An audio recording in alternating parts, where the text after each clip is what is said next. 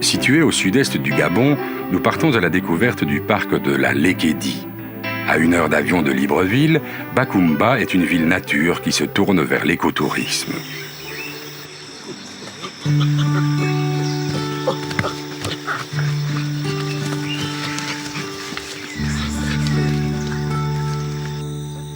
Ce village de chimpanzés est accessible uniquement par bateau.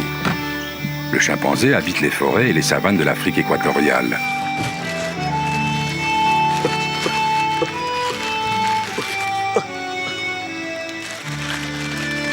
Il mesure de 1 mètre à 1,70 m et pèse de 40 à 50 kilos. Il a de grandes oreilles écartées et sa peau est rosée, noire ou tachetée selon les races. Les chimpanzés se nourrissent de fruits, de plantes, de fourmis et de termites. Ils vivent et voyagent en petites troupes et évoluent tant à terre que dans les arbres. Pour communiquer entre eux, ils ululent, grognent, rugissent ou crient selon leur humeur. Ils semblent éprouver beaucoup de plaisir à entendre les sons qu'ils émettent. Doué d'une mimique extrêmement expressive, le chimpanzé est une source de distraction. Vu son intelligence et sa ressemblance superficielle avec l'homme, il est prisé dans les milieux scientifiques. En 1961, le chimpanzé Ham a été envoyé en orbite autour de la Terre, précédant ainsi les astronautes. Alors de l'autre côté, on a 5 chimpanzés. Ils sont 3 subadultes et 2 jeunes, qui sont aussi en phase de réinsertion actuellement. Et ils sont là avec un groupe de mandrilles. Les chercheurs ont recours à la télémétrie pour repérer les mandrilles. Préalablement, on pose d'abord à certains individus un collier émetteur qui produit une fréquence radio précise. Pour effectuer la recherche, une antenne directionnelle détermine la provenance du signal à l'aide d'un récepteur.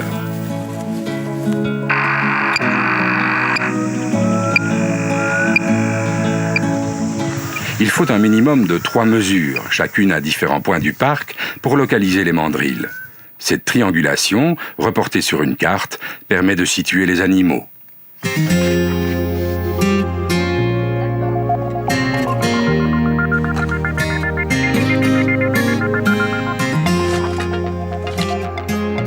Chaque collier ayant sa fréquence, nous pouvons savoir si les mandrilles sont toujours ensemble.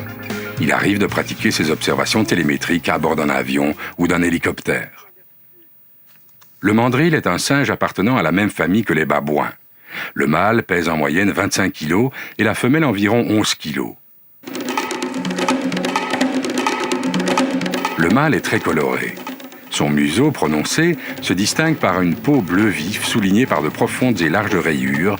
Le nez et les lèvres sont rouges. Le mandrill est un animal végétarien, mais parfois il mange des insectes. Il vit dans la forêt équatoriale dans les régions boisées. Des gâteaux spécialement préparés par un centre de recherche constituent leur nourriture de base.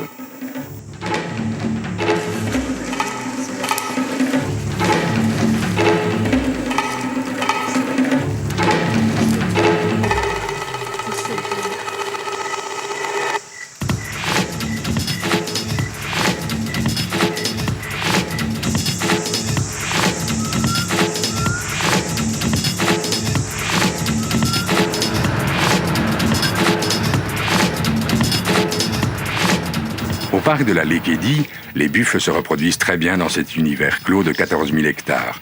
Mais attention, leurs cornes sont redoutables et une étude montre que le temps de sommeil d'un buffle est de 1 heure par 24 heures.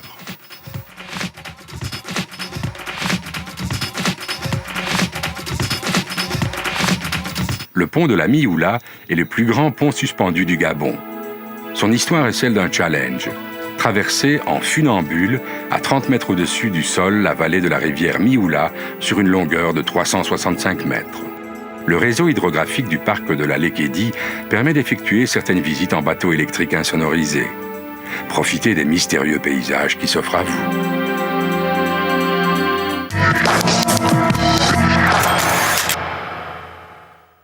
Jean-Marie Nicolas, cadreur, baroudeur, ça rime, n'est-ce pas?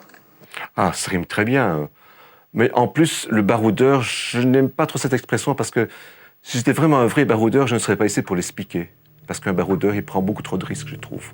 Je suis un baroudeur gentil et agréable et qui aime bien vivre et qui aime bien surtout visiter et rencontrer des personnes à travers le monde entier. organisé.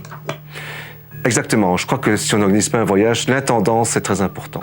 C'est très important de trouver les bonnes compagnies aériennes, les meilleurs hôtels, parce que quelque part, si on part en brousse pendant 3 jours, il faut trouver le moyen, après 3 jours, de pouvoir prendre un bon bain, une bonne douche, et pouvoir retrouver des expérimentations, je dirais, européennes.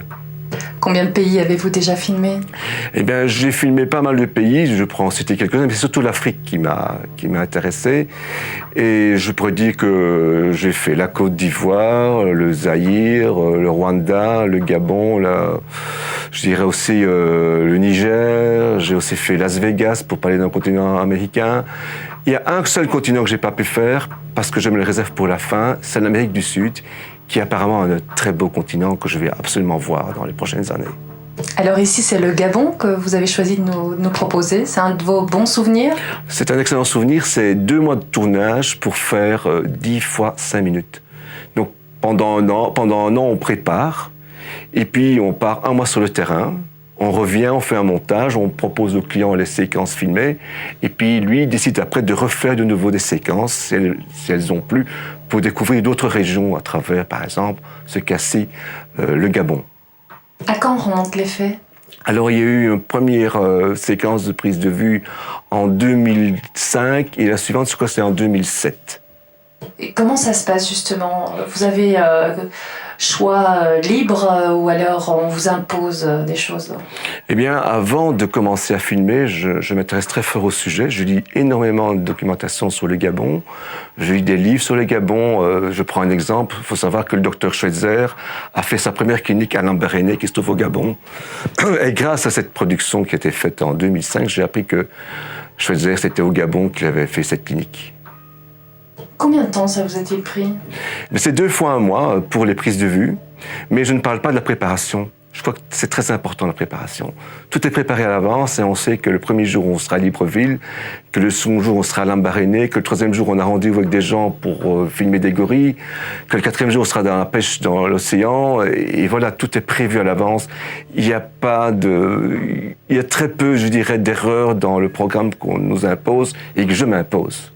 Pas vraiment de part accidentelle. Vous aviez plutôt mûrement réfléchi avant de passer à l'acte. C'est-à-dire que tous les sujets sont mûrement réfléchis, mais quelque part, on dépend aussi très fort de la météo. Les gens croient qu'en Afrique, il y a des soleils tous les jours.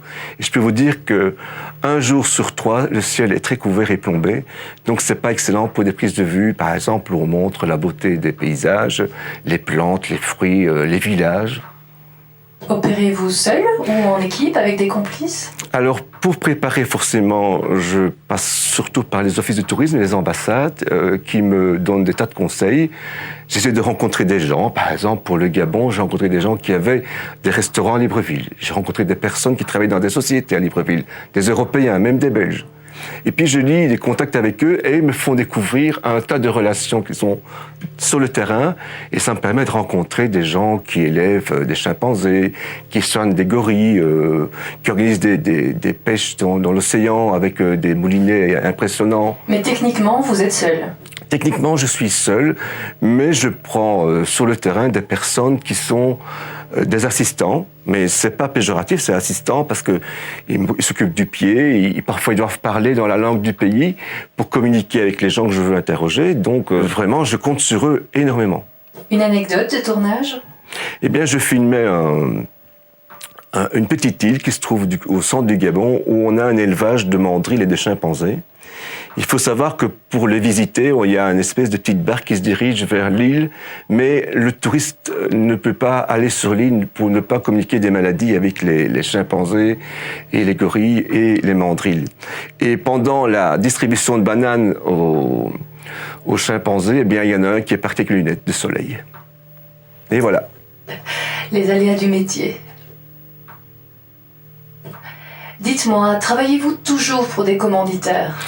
J'ai eu la chance, parce qu'il faut savoir que depuis 1976, je fais ce métier.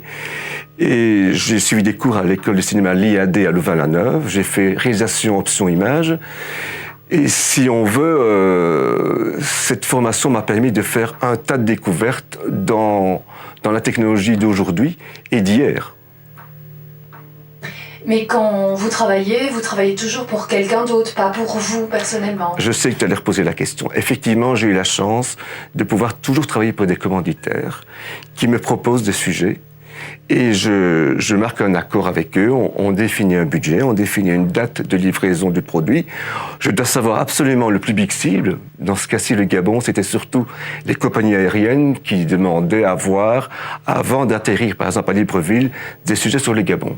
Mais il y a l'Office du tourisme aussi qui était très intéressé pour les salons. Par exemple, si je prends un exemple, les salons des vacances à Bruxelles ou à Berlin, eh bien, on diffuse ces vidéos dans les stands du Gabon. C'est quoi votre mobile, ce qui vous pousse à agir? Je crois que c'est d'abord l'indépendance de faire ce métier, parce que contrairement aux contraintes qu'on croit, on a énormément de liberté. On a la liberté de choisir ses collaborateurs la plupart du temps, et aussi on a, je dirais, la liberté de pouvoir faire découvrir aux gens ce qu'on ressent intensément. Je me rappelle avoir fait des prises de vue dans un pays et je trouvais que le paysage était très beau. Ça s'appelle le Kivu. C'est à l'est de la République du Congo. Et vraiment, c'est un pays fantastique qui, malheureusement, aujourd'hui est saccagé par les pays voisins qui voient beaucoup de richesses comme l'or, le manganèse, des produits spéciaux, des produits qui permettent de faire des parcelles de GSM. Beaucoup d'années d'expérience en télévision, au cinéma même, dernièrement, une expérience là un peu particulière. Oui, bien sûr. Alors, une expérience que j'ai adorée dans mon parcours professionnel, c'est de faire un long métrage, de faire les images, c'est-à-dire qu'on cadre, on a la caméra sur l'épaule, et en plus, comme le budget était assez serré, j'ai aussi fait l'éclairage, donc ce qu'on appelle la direction photo. Et j'ai eu l'honneur de pouvoir faire ce film pendant 6 semaines dans une maison avec Pascal Duquesne, qui s'est très fort fait remarquer par Le 8e jour avec Daniel Auteuil. Et cette expérience m'a permis de rencontrer un monde nouveau, le monde de la fiction que je ne connaissais pas. D'ailleurs, j'ai un projet en fiction. Si tu veux, on en reparlera. Justement, préparez-vous un autre coup en ce moment. Je prépare un long métrage parce que je crois, après avoir fait des images pour tous des gens avec qui j'avais beaucoup d'estime, j'ai vraiment envie de faire un film avec des vrais comédiens, avec cette espèce de caméra très mobile, voyager à travers de nombreux pays en peu de jours pour faire quelque chose d'action, pour sortir un peu des sentiers battus du cinéma belge qu'on trouve souvent un peu morose et un peu figé. Mais je ne critique pas du tout, c'est un choix. Moi, je préfère faire un film d'action qui aura des origines au départ de l'Ardenne, avec des comédiens assez connus.